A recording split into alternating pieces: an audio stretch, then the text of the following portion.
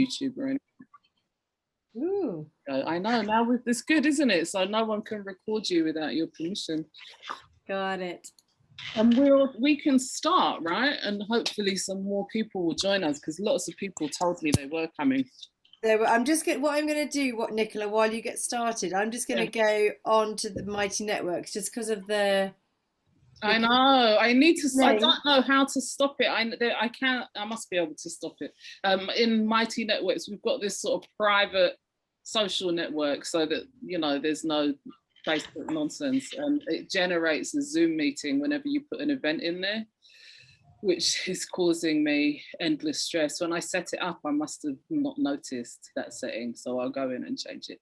But there may be some people trying to get in somewhere else. Yeah. But it will say waiting for a long time. Huh? Yeah. Will you see? You'll see that, Nicola. So if I just because I know there were about 12 people, 13 people on the group who said they were definitely coming. So yeah, no, that's right. Everyone's so excited that you're coming. It's great. So we'll just begin, and if we get any messages, we'll swap about. I'm so happy you're here. Would you like to introduce yourself? Because I have no idea how you started all of this, and I'd love to hear that. Well, I was born in Argentina from a very European family. So when I was 20, I came to live in Europe. And when I was 30 years old, I was pregnant for the first time, and very, very happy to be pregnant. And I knew nothing about childbirth, and I didn't want to know. People started to say, it was in London, people started to say, oh, you have to read a book, or you have to do a birth preparation, and I couldn't understand. I couldn't understand why they were saying that, because I thought my body is prepared for that. And it's not my intellectual brain that will make the labor work.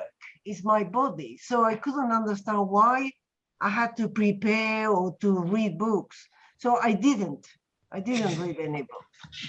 And then I remember the two things I thought about when I was pregnant immediately. As soon as I knew, these two things came to my mind. One was my grandmother talking about the birth of my mother. She used to repeat many times, that's why I remember, and she used to live with us. She used to say, the birth of the mother of Liliana, oh, it was so quick. I asked the midwife, but where did she came out from? And the midwife said, Madam, from where she went in. And I heard that as a child. So I didn't understand exactly what it meant, but it felt like easy thing, And then for my mother, my birth was full of emotions. It was very straightforward. Third baby, I was the last one. But she was overjoyed because before me, she had two boys and she desperately wanted a girl. But it was also very sad because my father had died a few days before. So it was like, it was a very straightforward birth, my birth. And these two stories from my mother and my grandmother reinforced my idea that I didn't have to prepare, I didn't have to read books, I didn't have to do anything. And to make the story short, I didn't opt for a home birth because I didn't know it was possible. So it was not that I choose to give birth in a hospital. No, I thought babies are born in hospital. I told you I didn't read anything, I didn't know anything. And nobody said to me, why don't you give birth at home? Nobody did. So, and a very good friend of mine in London, always in London, said to me, why don't you go to this West London hospital? Because my wife gave birth there 3 months ago, and it's wonderful. They leave you in peace. You can give birth, he said, standing up, crouching on all fours. And I thought, great. That's what I want, so that people let my body do whatever it does. So I registered with that hospital, and that was 37 years ago. Mm. And one morning, I woke up with one contraction after another. It was so quick. Mm. And the only thing I could just about think was, the hospital said, come when the contractions are every 7 minutes. It was 7 minutes 37 years ago. And so I tried to look at my watch and to see if the contractions were every 7 minutes or what. Impossible, impossible. I couldn't see the needles of my watch. I couldn't even see my watch. I was in labor. Mm. When you're in labor, you know, it's not easy. So the second thing that was in my mind was, I need a wee. So I went for the wee. And that's where I heard my partner say, what are you doing? A bit like this, what are you doing? With surprise. And I observed myself. I was actually going on all fours from the bed to the bathroom.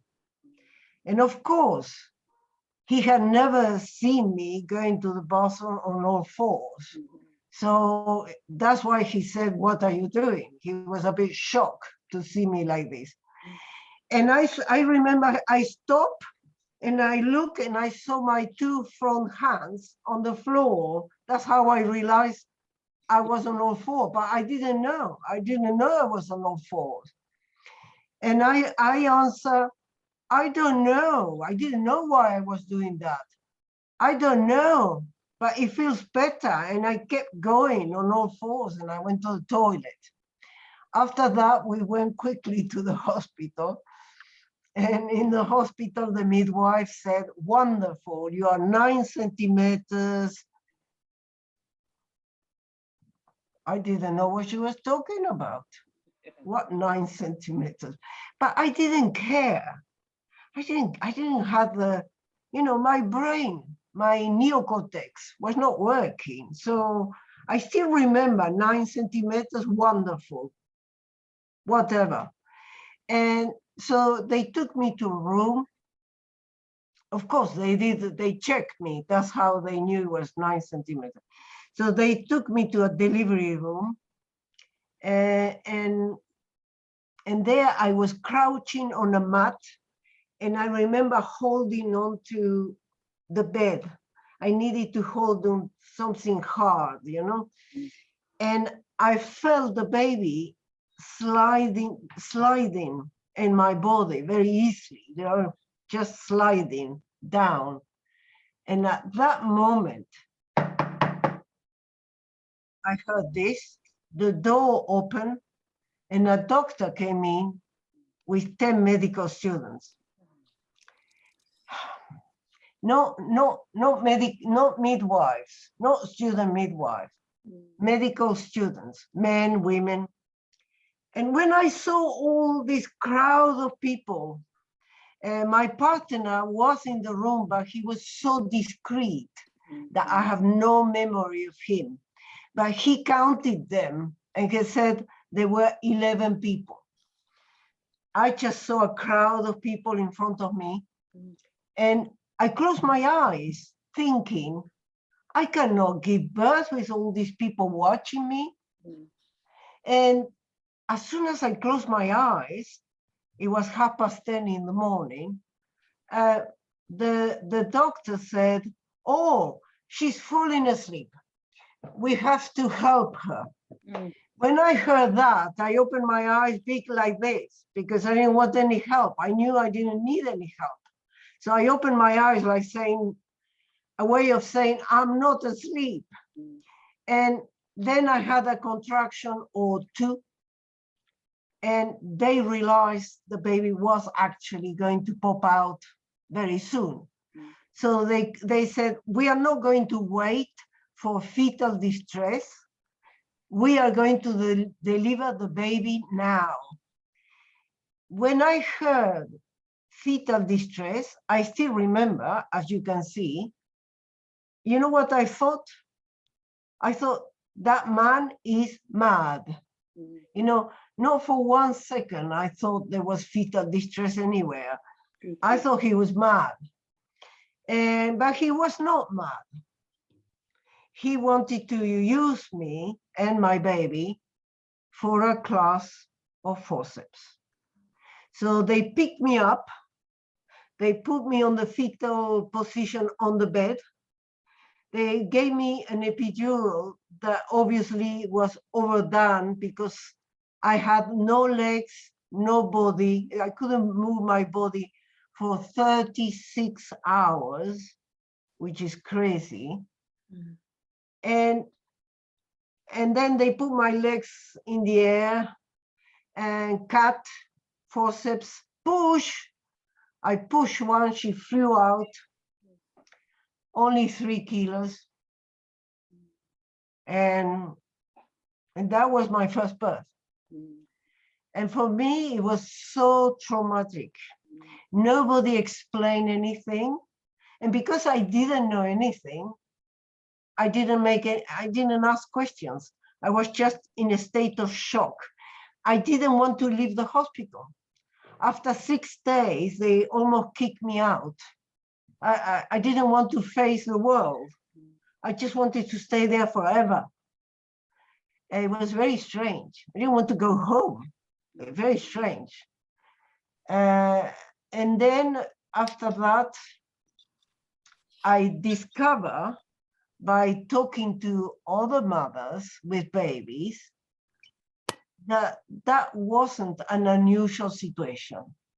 Many mothers in London, I will ask them and they will say, oh yes, I had an induction. Oh, I had a ventouse. Oh, I had a cesarean. Oh, I had this. Oh, I had the epidural and then it was difficult and I had to push for 2 hours and my baby wasn't too well. And I was starting to think that my birth was normal. And then one day I met a lady in the park and I said, how was your birth? She had obviously she had a young baby. And she said, oh, very, very good, very nice. I look at her in shock. I said, really? She said, yes. I said, where? In my house. In your house? Yes. And I remember looking at her shoulders and looking at her hips and thinking, she's a bit larger than me. That's probably why she could. You know, it's crazy. I was thinking that, yeah, you can't give birth.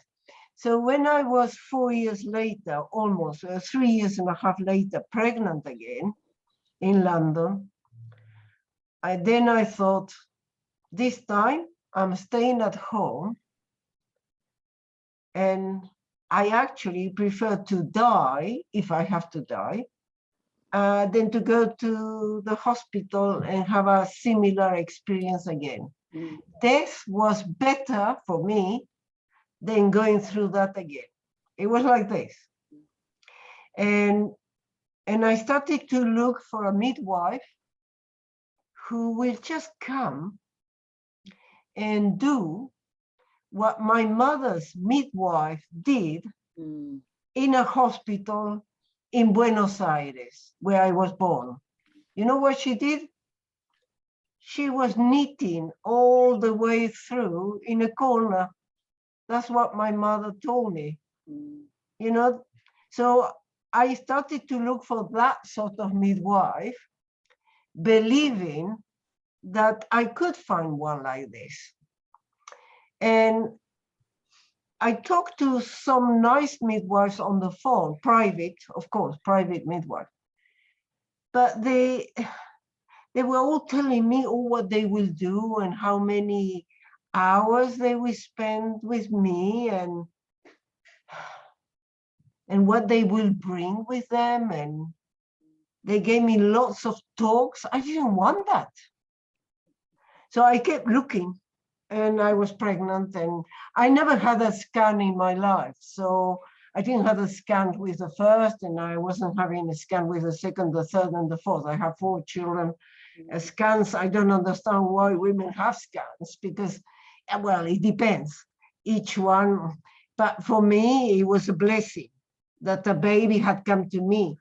So I will take it on as it came, even with abnormalities or whatever.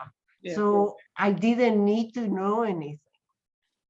So I didn't have the scan, but I was looking for somebody, and that's how I met Michel Odent 34 years ago in London. A lady that her sister had given birth recently at that time, 34 years ago. Her sister gave birth in London with Michel Odent. And she was, like me, a mother from the Steiner kindergarten, Rudolf Steiner kindergarten.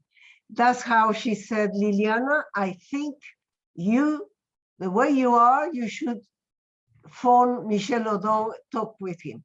Obviously, I didn't know who he was because I didn't read books on childbirth or anything, but I met him 34 years ago, and it was so, I still remember so many things like it was yesterday.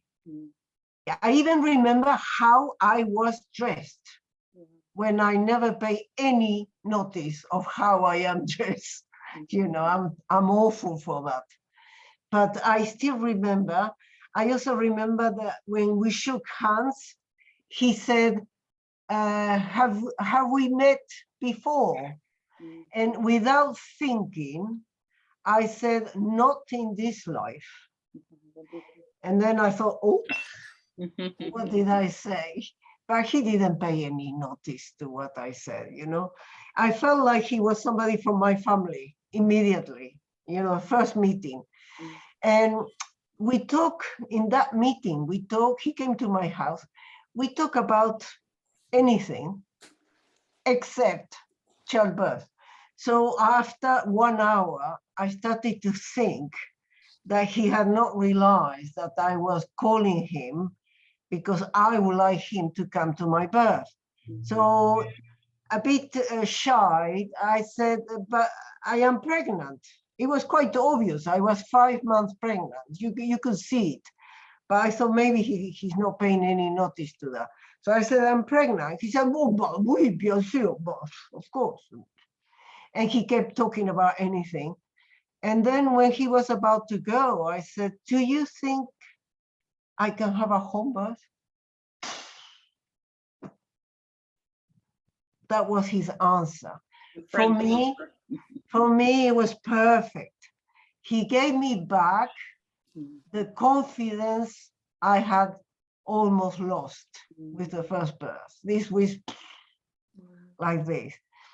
And he came to my second, third, and fourth birth in South London, where I was living. Now we are living together in Hampstead. And it was so beautiful, the best days of my life. And people in London used to say, oh, you have Michel Odent at your birth. What did he do? Nothing? Oh, disappointment. What do you mean, nothing? Well, I said, at lunchtime, we had lunch. Supper time, we had supper. In the afternoon, in one birth, he went for a run to the park. In another one, he sang by the piano with my mother in French while my partner was playing the piano. At night time, he put his pajamas on and he went to sleep. Oh, that's all what he did. What do you want? What do you want him to do? You know, he didn't listen to the baby's heartbeat. He didn't check my vagina or anything. He didn't take my blood pressure. The only thing he did for each birth is that he always came early. As soon as I had, because he will ask me, as soon as you have a little sign, you call me. And he came when I told him that I had a little sign. Could be a show, it could be a little contraction, you know, pre-labor. He will come. That's why he will spend one day and a half in our house. So he came, and the only thing he said is each time is, why you don't look like a woman in labor. So while you are still with a lovely smile, let's listen to the baby. In reality, he wanted to know, but I didn't know. He wanted to know if the head was down, if the head was up, the position. But he didn't say it because he didn't want to worry me with that. So he will touch with his hands my tummy, and he can do that very quickly. And then listen, boom, boom, that's it, very happy baby. That's all. That's all what he did. And yeah, 3 beautiful births. 2 of my babies were 9.5 pounds, not a tear, total privacy, nobody around. And he would just walk into the room as the baby was flying out. 3 real fetus ejection reflexes, you know, no pushing, nothing, baby coming out. And after that, I wanted to be a midwife. And he said, oh, no. That's not for you, Liliana. You're not going to survive the training. Midwives today are very medicalized. That's not for you. And 21 years ago, he told me about doulas. And I have started, and I've been hundreds and hundreds of births, and I haven't stopped yet. So that's my presentation. Thank you. It's amazing. I don't know why I hadn't asked you. I have no idea, but that's wonderful. What a great trajectory. It's so many things to think about as well. Huh? I had a mum over lockdown that had that experience. I went round one morning and she just said that she felt like, you know, the ability to have a straightforward birth was a complete conspiracy theory and everyone's having her on. She was sort of unraveling a bit, and that breastfeeding not hurting, same, like nobody ever breastfeeds without it hurting and it's all a big lie. And, you know, and we unwound her slowly, but still, it was the first time I'd ever seen that, and it's quite something, and no surprise, huh? Right, guys, I asked Liliana to come along. She's been a doula for a very long time and is such a big part of my own story, but particularly for the 2 of them saturating me over one nice summer weekend in Balham with the idea that birth will just happen. And you don't need anything else, and it was perfect. They taught me to come into the birth and go to sleep, and then if I wake up, knit a hat and yeah, put my pajamas on and go to bed. So I'd like you to ask her anything you'd like to know, and of course Liliana, so I'm not answering that if you don't want to. Has anybody got any questions for Liliana? Some of you may have met her before, I think, looking around. Charlie, you did, didn't you, recently? Yes, I was really lucky in that tiny window that things could happen again in October 2020. We managed to go down and train with Michel and Liliana, and it was this brilliant dichotomy between the incredible sort of polymath brain of Michel Odent saying know everything, question everything, the questions haven't even been thought of, keep coming up with new questions, don't listen to what they say, evidence, evidence, evidence, look at this, and then you'd sit down in the afternoon with Liliana and it'd be like, forget everything you just know, everything you think, everything you've read. That the only way to do this is to kind of, so it's almost like I feel like one half of my brain needs to be filled up and the other half needs to switch off, and becoming a doula means that I have to know this but quietly, and I've got to focus on the sort of Liliana brain. That's my sort of my teaching. So yeah, I was felt really lucky to be there in that little window where it was possible. It was quite exhausting to do it in those circumstances, I think. I got so many questions, but one thing that really stuck in my mind, and you sort of touched on it again there, Liliana, where you said almost that the baby chose you. You know, you don't need to test or know or think or do anything, because this little life is here, and with that becomes this idea that some will make it and some will not, and actually just being really accepting of that. And I remember you telling us the story of, it was your next door neighbour who died, and you just that these rites of passage that we've forgotten how to live with. I think that's a real problem at the moment, and I loved the way you sort of talked about that. So I don't know if you want to say any more about that. And then the other thing that I wanted to raise is that, you know, I've been training with Nicola now since September, I think we started, and I'm reading everything and I'm absorbing all this stuff. I'm trying to do the Michel Odent bit at the moment, and I'm reading and absorbing myself in every aspect that I can come into. But I feel sometimes that I'm in this echo chamber where everything, it reaffirms everything that I know from my own births, that babies can come and they don't need fiddling with. And my first birth, I had the knitting midwife, thank God, you know, she turned up and ignored me, and she was amazing.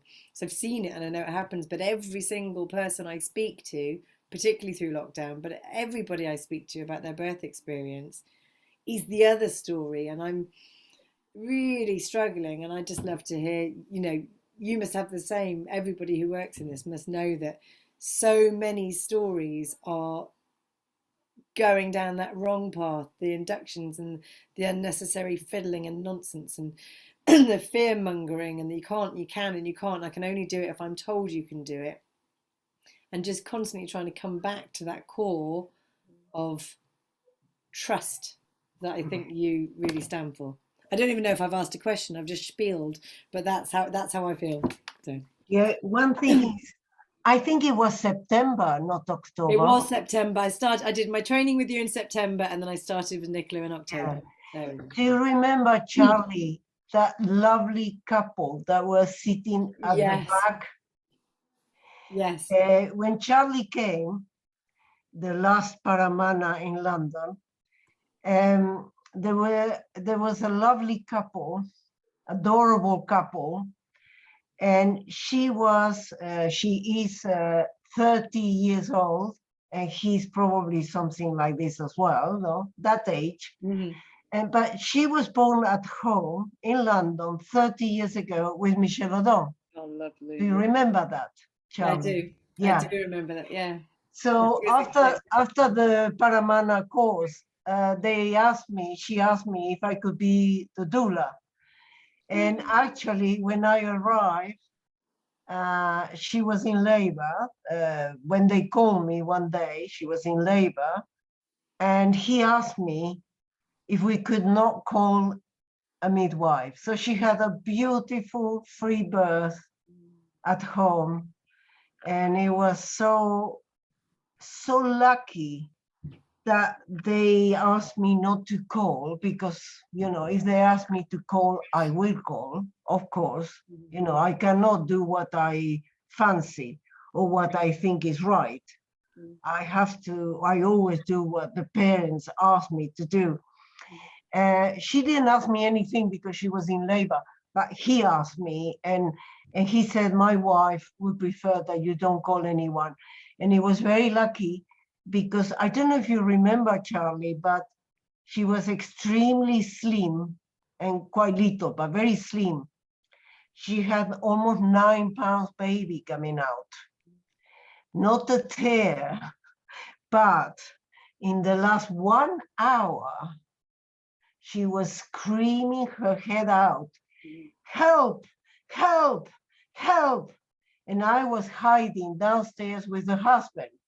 And he was saying, she's saying help. And me, yes, but we can't help her. This is an involuntary physiological process. We cannot help her. We can only disturb her. So we kept downstairs. And then after 40 minutes, she started to say, baby's coming, baby's coming, baby's coming. And he wanted to go upstairs. I said, not yet. I could hear that there was still time.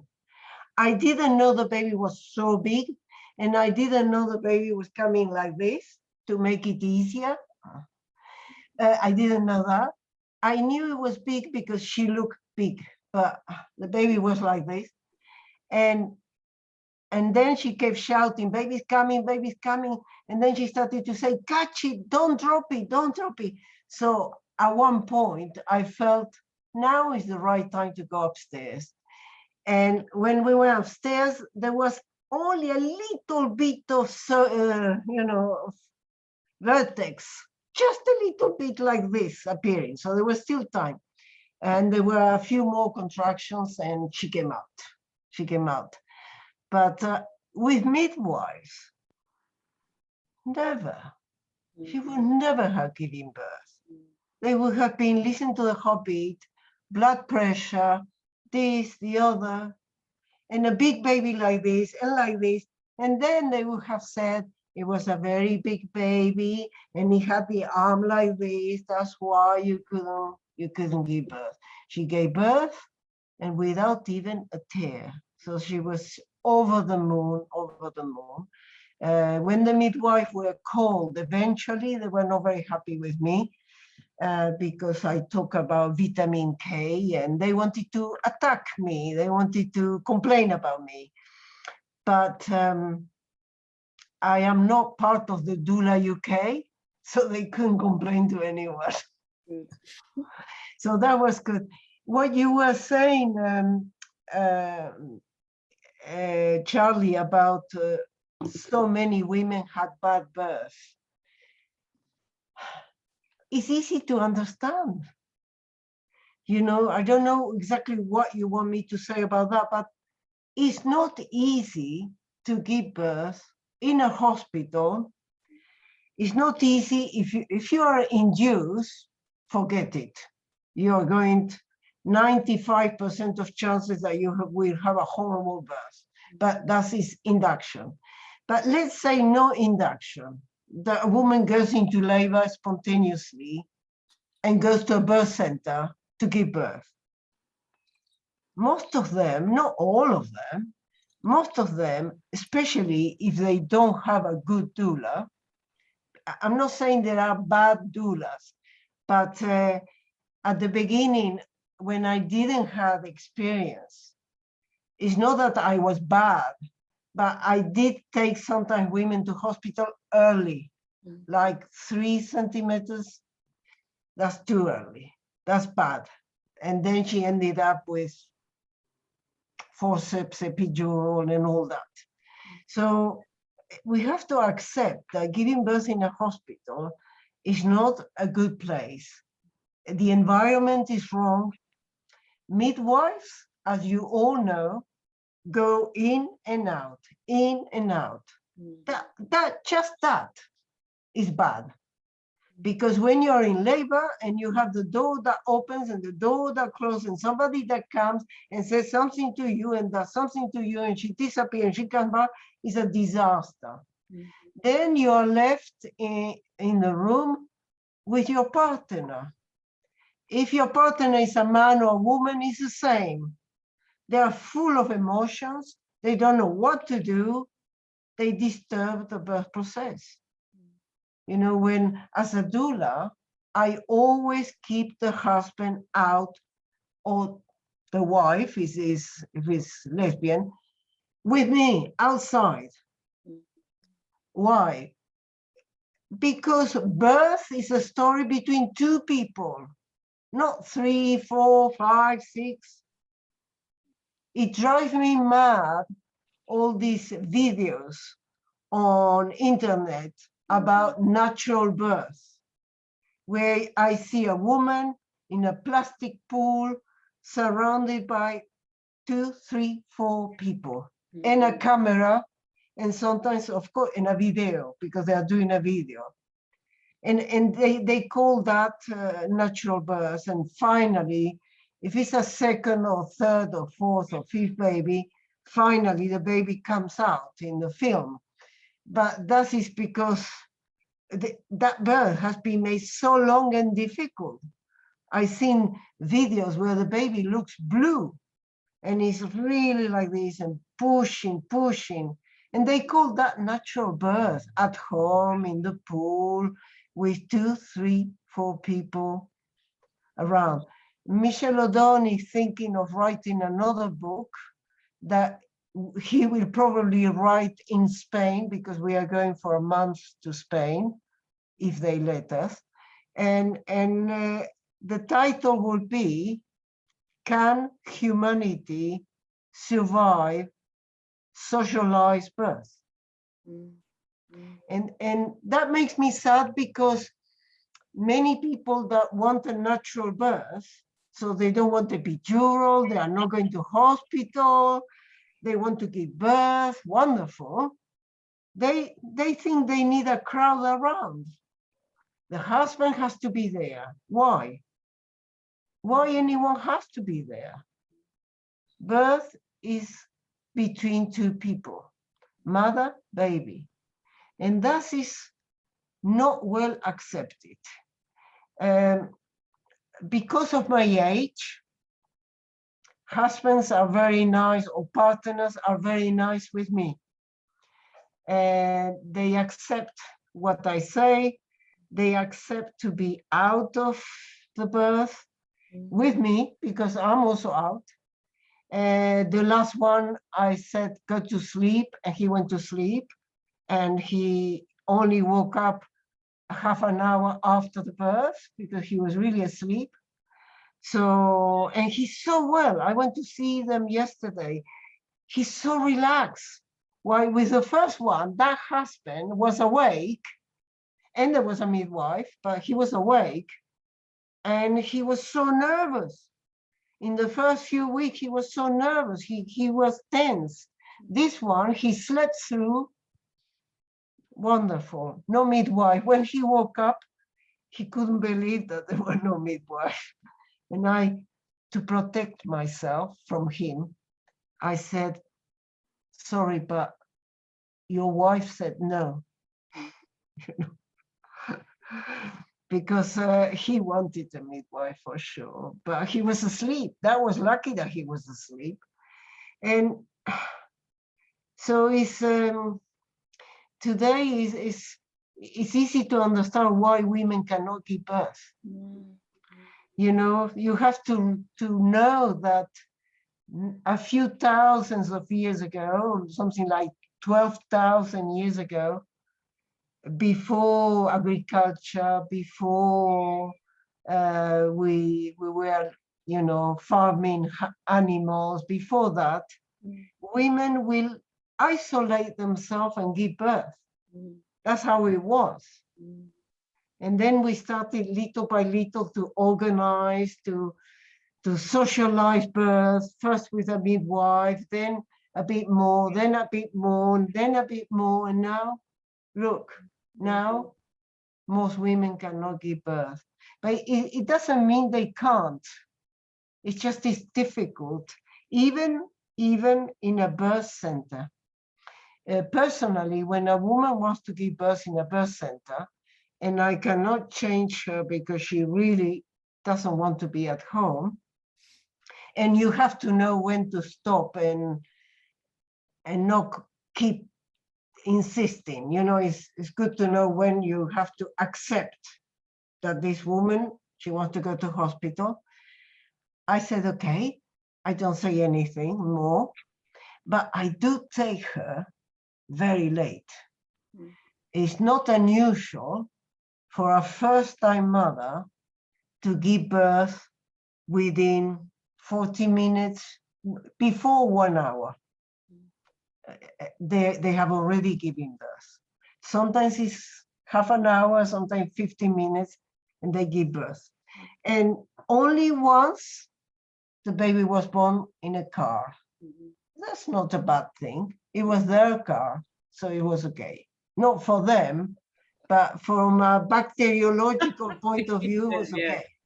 It was not a taxi. But so for me, it's easy to understand why women cannot give birth.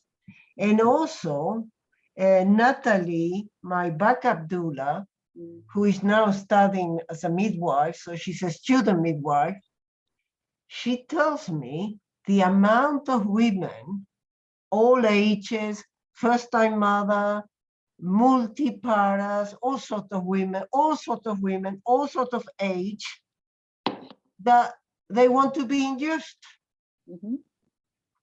And they know what to say. They arrive with a suitcase and they say, my baby's not moving very much in the last 2 days. So the midwife puts them in CGT to listen to the heartbeat. And the midwife says, no, your baby is very happy. I think you can go home. No, I'm not going home. Baby was not moving. They want to be induced. So there is also all sorts.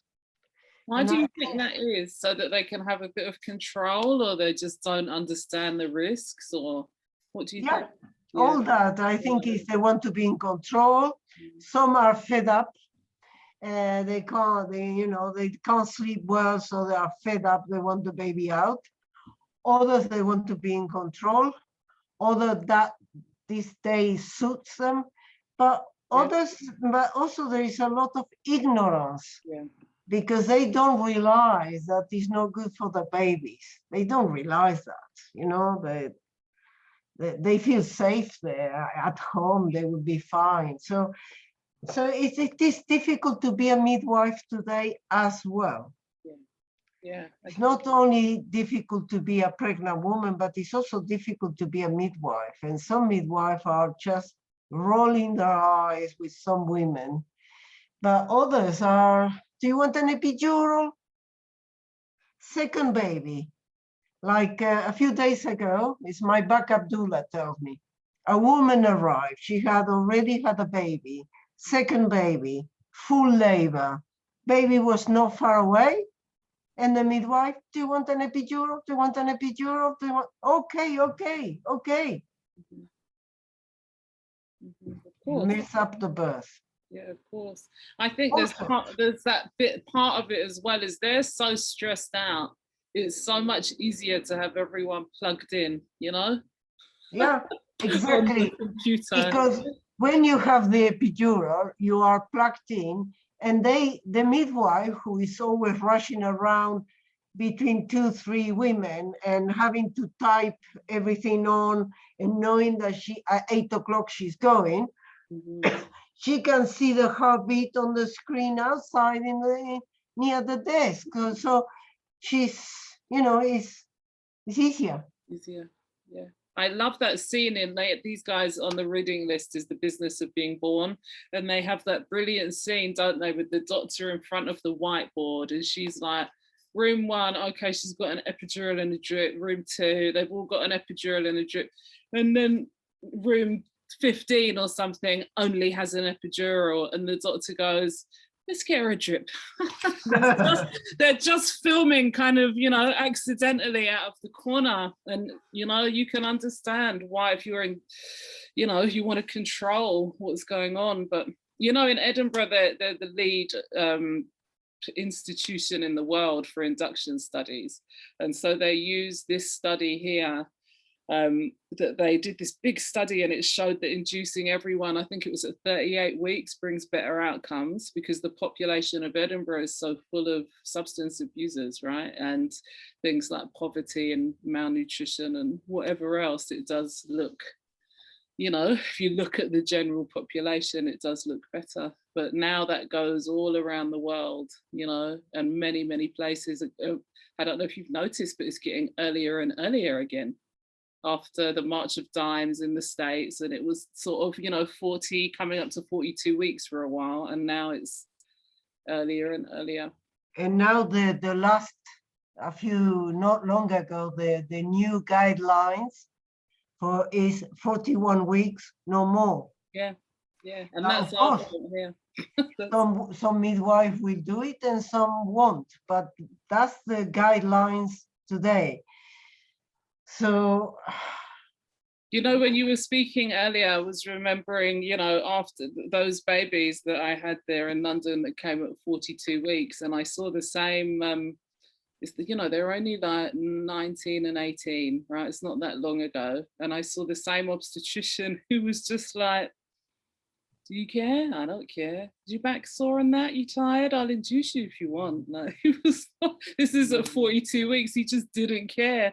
The midwives didn't care. The midwife with 2 and 3, she fudged her notes. She didn't write any notes. When she arrived at our house, she used to work at the birth centre in Tooting, the private one, and then she went back into the NHS. And she arrived and she saw the birth plan, which was, you're not coming in. Don't even knock on the door. If you know, you can stay on the stairs and all my female family members will keep you there. Only come in if you hear distress. You know, if you want to read more about it, go and find Michel Odent books. And she was like, oh, great, excellent. And she just left us to it. And we got her for the next one. But look how much, that would never happen. A midwife lying in her notes, which is terribly unethical, leaving you alone to just birth. And my first baby, the midwife was going to Australia the next day. So she was just like, what are you going to do? Fucking sack me. I'm just going to support her. Sat in the postnatal ward for hours. But these days, that's never happening, is it? It's like we're going back in the other direction. Well, luckily, at least I know 2 wonderful private midwives that are very happy to sit outside. I work with them. They sit outside, they do absolutely nothing if the mother is, you know, if that's what the parents want. Of course, if the mother says, I want you to do this and this, they will do it. But otherwise, and I always recommend them when mothers can afford them. And it's wonderful. To work with them is wonderful. And you know, I also wanted to say something that when I don't know how you are, Nicola, but when I am a free birth, I always, now and then, not all the time, but, you know, now and then, I feel this part. I'm aware of this part of me, and see if everything there is quiet, calm, nothing. And it works beautifully when this is completely silent, peaceful, calm. There is nothing here, that area. Babies well. Yeah, well, you know, instinct and us using all those things that you could never say as a medic these days, because you'd get laughed at and put in jail. They're like, I mean, I've had elder midwives tell me that's the first thing you need to learn, you know, about birth, is to pay attention to how you're feeling, right? Yeah. Or use your eyes, or, you know, none of this, take all these measurements. And then when the sum is correct, bring in this bit of equipment. It's a very different way, isn't it? And you can't stand as an obstetrician or a clinical midwife in court and say, well, I was just catching a vibe, so, you know? You can't. You're just, you know, your years of study and debt and everything. But you know, back in the day, before the church and everybody got involved, you'd probably get laughed if you didn't say that, right? For the rest of humanity, the other midwives would think you were a complete lunatic if you weren't saying that. Yeah. It works 100%. It's amazing. And that's why I'm so peaceful when I am at a birth without anyone. I'm so peaceful because I trust 100% what I feel. And up to now, it has always been perfect. And the few times, very rarely, where I felt, there is something here. There is something. Then I will talk to the dad first, and then with his consentment, we will call a midwife. And there was something. Not immediately, nothing, but there was something. So I was happy that at that birth, but it's very rare. I can count it with the fingers of my one hand, where I felt there was something. So it's I wish we were to develop more this. It's like I call it, or somebody said, it's deep listening. You know, it's listening with your whole being, not just this. It's really, you know, my eyes are closed and I feel it's all fine. It's all fine. And when what not everybody knows, I'm sure Nicola knows it, and Charlie probably too, but when you don't disturb a birth by talking, touching, opening the door, closing the door, when you don't disturb the woman that maybe is in the bathroom by herself, the birth is much, much shorter. So what it means is that by checking, we make the birth much, much longer. And when you make a birth much longer, sometimes babies are not well, even without epidural, without induction, and without any drugs, and they are not well. But that is because we've been making it longer and longer and longer. And that's you know, that's something not well understood. Today, a woman was saying, it's a woman that I'm going to be her doula in September, first baby. She said, a beautiful woman, I love her. The more I meet her, the more I like her. It's very nice because it's growing. Falling in love. Our connection is, we are going to end up like this. At the beginning, it was like this, but now, no. And she said, Liliana, have you ever been to a birth where the husband was all right? And I said, what do you mean by the husband was all right? She said, well, no, what I mean is a birth where the husband was present in the same room as the woman giving birth, of course, and everything was perfectly fine, and he was perfectly fine, perfectly zen, you know. And I said, do you know what? The few times I've been at birth where the husband was like this, there are not many, they don't go into the room. They don't think it's their place. They are completely fine. Once I was near Chelsea, Westminster, in a house, and the woman, second baby, the woman was screaming like very, very, very loud, full labor, second baby, you know. And the midwife had not come yet because, as you know, I call them as late as possible. And I look at the husband, who was in the sitting room. It was Sunday, 10 o'clock. He had a newspaper. He was reading the newspaper, the Times. He had made toast with orange marmalade, teapot. his feet up, and he looked like terribly happy having his breakfast. So I look at him and I said, "Whew, you look like you've been at lots of births." He looked at me because he was sitting, so he looked up and he said, 1,500. And I said, "What?" And he said, "I grew up in a farm. I've seen lots of births, lots of births."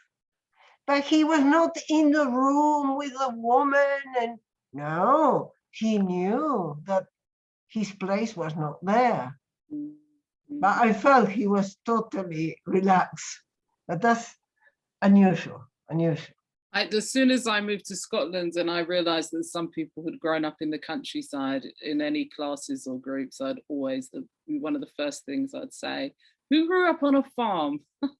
And I'd get them to take everyone through it, because farmers lose a lot of money, right? If the baby doesn't come out, or they have to bring in the vet, or they lose a bit of stock. So they're almost more careful, aren't they, than the obstetricians in some respects, you know? Of course. It's crazy. I love The Farmer and the Obstetrician as a book, I have to say. Yeah. All Michel's books are great, but that book particularly, I loved it. It's such a good comparison.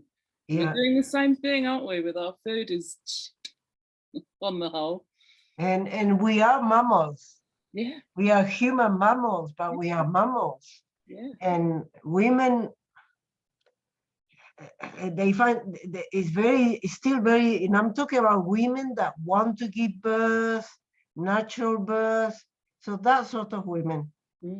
But they think the husband has to be there. And it's so difficult to say, it doesn't have to be there. Birth is a story between two. It's such a culture now, though, isn't it? It's such a culture. And if the partner isn't there, they're seen as a real loser, you know? Like, no, like, oh, that was a perfect decision for you two, you know? I mean, I try to talk to people about it, but it's so rare. I like to tell them the history, you know, of how we brought men in here, because it was so brutal in the birthing room, you know, to be witness to the brutality. And most men sort of, okay, they get an idea, you know, that maybe they don't need to cut the cord if they don't want to, and all those other pressures, because they do so much better with marmalade, don't they? Them as well, their experience is better, you know, it's not just for the birth. I find. And is it their natural order to, like, the man being, you know, the partner being present in the area, outside in the house somewhere else or next door, and then being able to meet their baby fairly shortly afterwards? It feels very normal when that's happening, you know, like it's a better kind of way of ordering events. Most of them are really scared, aren't they, or really, you know, bored or tired or worried or whatever. Very interesting, so interesting. Right, we've probably got time for one or two more questions. Anybody? You're just all sucking it in, aren't you? I can see. That's great. I have a question. Liliana, do you think what's happening now is because people are just not prepared for adverse outcomes? They just stopped understanding that sometimes babies may not survive the birth, and then because of that, the culture just moved completely. I just feel the more I'm there, that risk of, I want this baby, I want this now, and I want it on my terms, rather than, well, this is a gift and I watch how it unfolds. Is that because of that? Because sometimes I can't, no longer can take women like that as a doula, because I'm thinking, well, I can't really help you, because if you want this, this, and this, then I can't, well, why do you need me? I can't be there. I can't do that intelligent drinking of the tea because I can't. And I think it's because of that, when I talk about the fears, it's just so obsession that this is my baby and I want it. And I don't know, what do you think? There are all sorts of women, but the one that are very controlling women, Women that say, I want that, I want that, I want that, they are very, very, very difficult. And I also feel like not being the doula. I've decided another thing, not to take women that in vitro fertilization. Why? Because I don't think I will be able to do much for them. And of course, it's always nice to have a doula for you, who maybe will hold your hand or will buy you some food afterwards, or, you know, it's always nice to have this woman companion. But then they can have a much cheap, non-experienced doula, because most doulas, I'm sure, are very, very, very nice. So you don't need to have a lot of experience. And I'm talking like this because in the last few years, I've been a doula to a few women who have in vitro fertilization. And I felt so hopeless, because even those who did want to give birth, the doctors will say the most horrendous things, not once, but 3 times a week. Do you want a dead baby or a live baby? A thing like this. Your baby is okay today, but we don't know about tomorrow. It can be a very different story. And again, and again, and again, and again. And finally, you know, when you have a baby that has been conceived in vitro, I understand, although I don't have that experience personally, but I can imagine how precious this baby is. Maybe you've been trying for 5 years, it didn't work, and now you've been trying with in vitro, and after 3 times it worked. And that baby cannot go. That baby has to be 100% fine. And they are so scared, even before the doctors started to say this. And these women, either they are induced early, or they are offered a cesarean. And the only trick, if you have a woman like this as a doula, the only good advice I can give you is that maybe if the woman wants to give birth, of course, because if she wants a cesarean, let her be. But is to say, book yourself for a cesarean, like this, at least until that date, they will leave you in peace, because you're booked. Yeah. You know, you try for 40 weeks, or even 40 weeks and 3 days, and you're booked. And when you're booked for cesarean, they don't talk about the baby's going to die every week. They don't say horrible things. So this woman at least can live in peace until that day. Because that's the terrible thing. Women have to hear so many horrible things that they are in a terrible emotional state. That's bad for the baby inside. And I, of course, as a doula, I said, don't go to see the doctor if he says horrible things. But they are scared. So they keep going to the doctor. So maybe the only good thing I can say is tell them to book themselves for a cesarean. At 32 weeks, they can say, yeah, cesarean. Induction, no. Induction, no. I'm scared that it will harm my baby. But cesarean, yes, please. And at least they will live in peace. And of course, the day of the cesarean, of the planned cesarean, they can cancel it. They can change their mind. You know, it's possible. It's possible. I could put the light on if you want, but because I see I'm getting darker and darker. No, that's okay. That's okay. It's difficult, and I understand Vera, because I started to say 5 years ago, I said no more inductions. It's too bad for my health. I have to think of me now and then. I rarely think of me, but I have to think of me.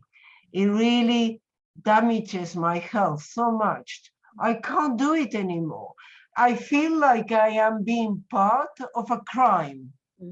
Like you say, I'm going to kill somebody, horrible person, I'm going to kill it. Come with me, Liliana. I will say, sorry, you might be right or wrong, but I cannot go with you to kill somebody because I don't want to be part of it. And that's how I feel with inductions. So if a woman finally goes for an induction, I talk to them nicely, I give the money back. I'm talking about inductions with no reason. When baby is well, placenta is well, everything is well, just dates. So I said, if you really want to go that way, I give you the money back and I can be for you day and night on the phone. I don't say, I don't want to be part of a crime. I'm not going to say that to a pregnant woman. Of course not. I just said, it's very difficult. It's probably going to be very long. I find it difficult to take it on, but I would be happy to be on the phone for you day and night, or for the husband. And they do phone me, and they are nice. It happens like in 5 years, 4 times. So it doesn't happen very often. And they took it well. They took it well, and they understood me, and they were not upset, because it depends how you say it, you know. I cannot take inductions anymore. I'm not taking IVF anymore, unfortunately, because no matter how much I try to speak to this woman, they are full of fear. And there is a lot of ignorance. You know, why is it that everybody's taking drugs? Why is it that there is so much antisocial behavior? I'm sure it's to do with birth, with all the drugs. Babies are born drugged. And there are serious Swedish studies showing that when a baby is born with epidural, this, that baby is more at risk of becoming a drug addict.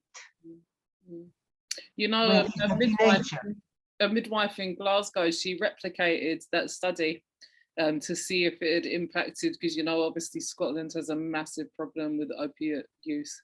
And she replicated it to look at, you know, the numbers, because we used to definitely, everyone came in and got a shot of heroin, right? Some opiates, more diamorphine, regardless. That was the way birth happened here, especially in the 80s. And so she looked at the numbers and she could directly see, you know, the two numbers going together. And it's fascinating. You can find, is it Primal Health database, isn't it? Michelle's database. So you can find so many, you could be on there for hours and hours. There's so much evidence, isn't there? Not to mess around.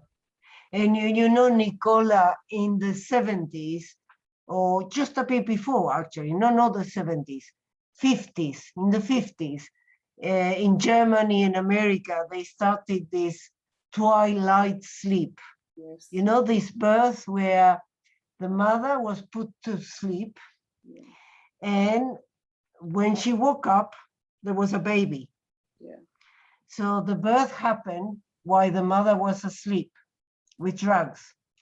And from that, then they stopped because they realized it wasn't a good idea. But out of this birth, they came the hippies of the 70s, all taking drugs and living like this. I'm not saying that being a hippie is a bad thing. No. I'm saying this generation born like this became the generation that were taking drugs every day like normal. So you can't deny that there is a correlation. And drugs are killing so many people, so many young people in all sorts of ways, So I think drugs should be legalized. So like Portugal, right? And then everyone's like this, there shouldn't be so much, because It's worse if it's illegal. That's right, with crime involved and all sorts of nasty other things. All sorts. It's incredible, incredible. I think So we've kept you past the hour. I'm very sorry. I could sit here with you for hours and hours and hours. I'm sure everyone else could. We should have you back again, most definitely. And perhaps when we all set free, whenever that is, maybe we could organize a session, like an afternoon or something in London somewhere. That would be wonderful, right? would be nice. Yeah. Thank you so much. Any last words from anyone for Liliana? Thank you. Zoom waves. Thank you for the wisdom, and it was wonderful to hear of your experience. Thank you. Thank you, Sophie. We'll continue to channel your spirit, Liliana. I always connect to it every birth. I think, okay, what would Liliana do? Okay. This is my first question now. I ask myself for the last whatever. So you should get t-shirts. 2008. Since 2008, that's my beacon. Thank you. Thank you. And you want to say something? Yeah, I wanted to say thank you. And I don't know if you remember me. I did a training with you many years ago, Michel Odent. And then I asked you to be my doula, but you couldn't. So I had Natalie instead. And the little girl that you saw, she's my daughter. So she's the one that she was born after the training, and I had her at home. So thank you, because after that, you know, talking to you and Michelle, I just thought that I could do it at home on my own, and I did it on my own, because Natalie, unfortunately, she didn't come on time because my daughter was born in 20 minutes. Well, that was good. She was a very good doula. She was late. Oh my yeah. Thank you. Thanks a lot. You know, I cannot see your name. I only see HP. Francesca. Oh, Francesca. Francesca. Francesca. Yes. Yes. Beautiful name. Thank you so much, Liliana. It's so good to see you and hear from you and get another hit of, you know, this all works and women are very good at it. It's the best injection for all of us, isn't it? And we'll be in touch, definitely. I'm so thankful. Thank you so much. Thank you so much. I'm going to cut everybody off now. Thank you so much. Nice to see you all. Have a lovely weekend. Thank you. Michelle. See you. Bye-bye.